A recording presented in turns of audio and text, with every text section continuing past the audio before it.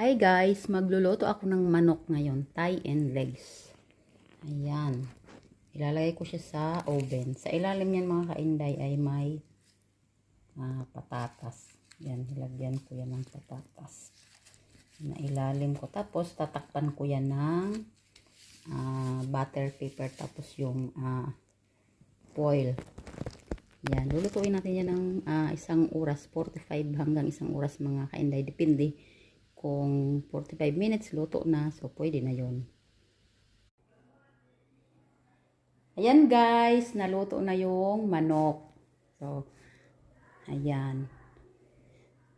Super lambot yung patatas mga kainday. Chinek ko siya. So, ayan. Sana magustuhan nila. Yan yung pagkain nila ngayon. So, yan lang po mga kainday. Maraming salamat.